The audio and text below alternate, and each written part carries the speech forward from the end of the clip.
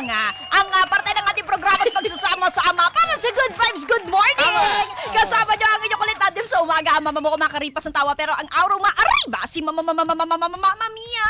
At kasama rin syempre ang DJ na pwede mong kulitin, pwede mong kurutin, wag mo lang haharutin. Joko Loco is my name, baby! At eto na nga ang ating parte ng programa kung saan sasagutin natin ang walang kwentang katanungan ng ating ka-vibes, ng wala ring kwentang kasagutan na para quits lang. Dito lang yan sa Buksaan sa Agahan!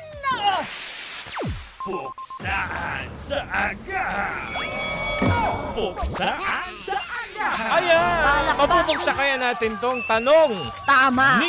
ni Sa out of 10,000 senders, Yeah. ang nabunot natin ay si Jamal ng Samal.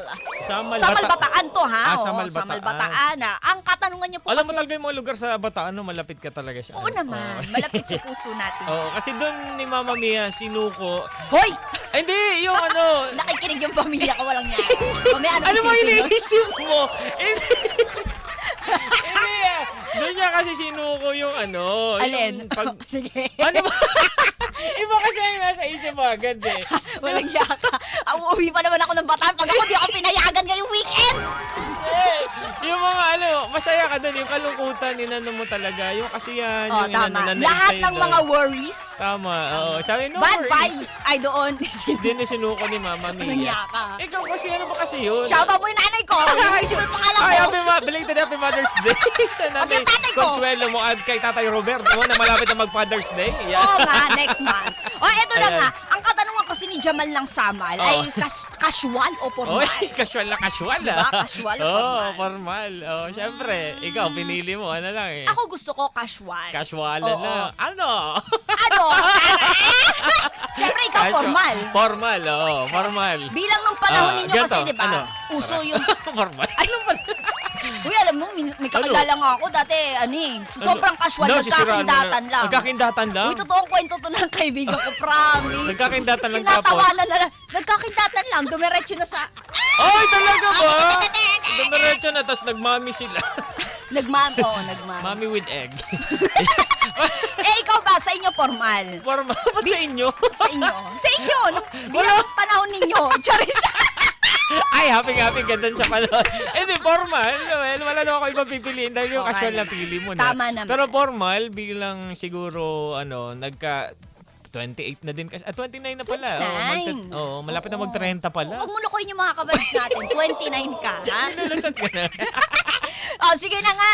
Puksain na natin Sige, katanungan buksain ni na Jamal. natin to, si Jamal. Sige, Jamal palakpakan ka sa pala mukha eh. mo, Jamal. Parang Jamal eh. Hoy, naku talaga naman. Jamal ka pala eh. Oh! Ano yan? Ano na, mga nag-voice. Parabol!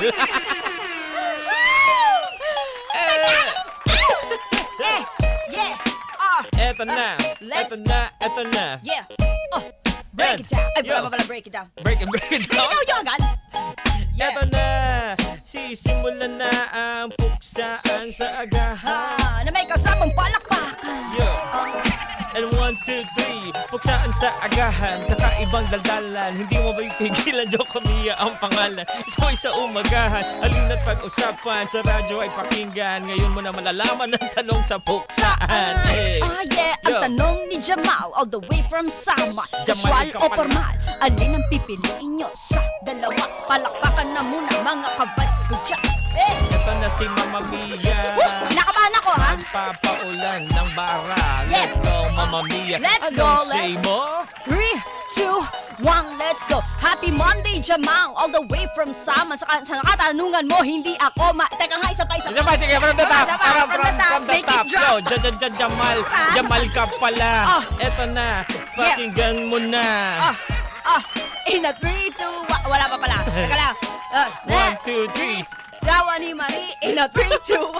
Happy Monday, Jamal. All the way from Samal. Sana sa katanungan mo, hindi ako mahingal. Kasi naman, Yo. it's a battle between casual or formal. Pero wag mag-alala, I'll make each rhyme worth your while. Syempre sa panahon ngayon, mas okay na yung casual. Kikilos ka ng ayon sa di nakakasakal. Dito ako sa komportable, di nakakatorete. Di sa puro bawal at puro boring na atake. Mabuti na yung casual lang, at least relax sa chill ka lang. Yung iba nga formal nga ay formal, pero basura naman ang asal. Ay!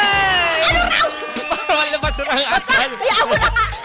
Hayaan din na, parang minayo. Parang parang gano'n din naman patutunguhan itong yes. sinulat ko Oo nga ngayon. naman. O, sige na, ikaw Eto na, loko-loko. Eto na. Inulit ko pa, wala rin pala. Kung formal ba o casual ang ating pag-uusapan? Eto na si Jamal na nanggaling pa sa Samal. Tinatanong niya lang kami kung formal ba o casual. Ang pipiliin ko, syempre doon ako sa formal. One, two, three. Dito na ako sa formal, usapin na normal. Lalo kung matubal, oportunidad na mabagal. Baka kulang ka sa daldal, biyahe na parang habal. Kahit daan na masukal, tuloy lang kahit inihingal. Pakinggan mo to. Dito naman sa usapang trabaho, makinig ka na sa mga sasabihin ko. Dapat formal pag nag-apply ka ng trabaho. Kasi doon pa lang tinitinan na to ng boss mo. Eto na, simple lang naman ang aking mga sinasabi. Wait lang. Sige, hinga Hindi muna. kailangan pag-isipan para tumawari. Parang tela lang ito na dapat ay ihabi. Wala na akong pake kasi wala na rin akong masabi. Natatapusin ko na aking... Break it down. Break it down na yan, Wala na akong masabi, sabaw talaga ako. Ngayong Monday. It's a manic Monday talaga, mga ka-vibes. Nakakaloka. Sabi ko kay Mama Mia, ba sinusunod? Walang may si Mama Mia, sabaw talaga ako. Wala, talaga, ang sabaw kami pa. Oo. Ayan, gumigiling na si Papa Tonyo. Sige, gusto ko yan. Patonyo.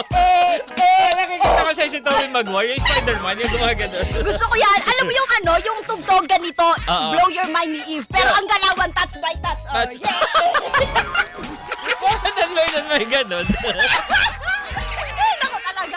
Ay, good morning sa inyo, mga ka-vibes. Pero eto na nga, sige, panindigan nga natin. to. Sige. Dito na lang tayo bumawi. Bakit nga ba formal? Oo. Formal kasi sa akin lang naman kasi bilang gusto mo siguro dahil sa edad ko na 29 na ngayon, tama naman. mas gusto natin na formal tayo when it comes sa kung di ba pasayahan natin kung sa ano pakikipag-usap. Tama naman. Dapat formal ka para makakuha ka ng formal na sagot. Kapag ka formal lang itanong mo. Tapos pagka formal ka naman nag-apply ng trabaho, doon pa lang kasi binabasa na yung itsura mo kung paano ka ba mag-apply doon, kasi binibase nila doon actually. So parang ganun lang naisip ko. Dahil nga, inunahan na kita, sinabi ko naman na sa umagang ito, parang nasasabaw ako. So pero ganun pa din ang aking panindigan. Ikaw, bakit ba Gusto ko casual? yan. Alam mo yung kahit nasasabaw siya, naitawid niya yan. Sa akin naman, casual, bilang, alam mo yun, tapos na tayo sa panahon na puro, puro palabo. Ay, puro bata nga. Si Mama, sugar naalala ko coat. nga pala. Oo. Parang Gen sa Z ka panahon nga ngayon pala. kasi mas okay na yung sinasabi nga nila, authentic daw. Authentic, Ganyan. oo. Kumbaga, pero hindi naman ibig sabihin na authentic ka ay vulgar ka na, 'di ba? Magkaiba rin naman po yung bagay na yun. Ang mahirap lang sa panahon ngayon, hindi na siya tawag dito, parang nahihirapan na rin yung mga tao na paghiwalayin yung dalawang bagay na yan. Parang iniisip nila, kapag bastos ang bibig mo o vulgar ka, parang nagpapakatotoo ka na. Hindi po ganon, 'di ba? May kaibahan yan.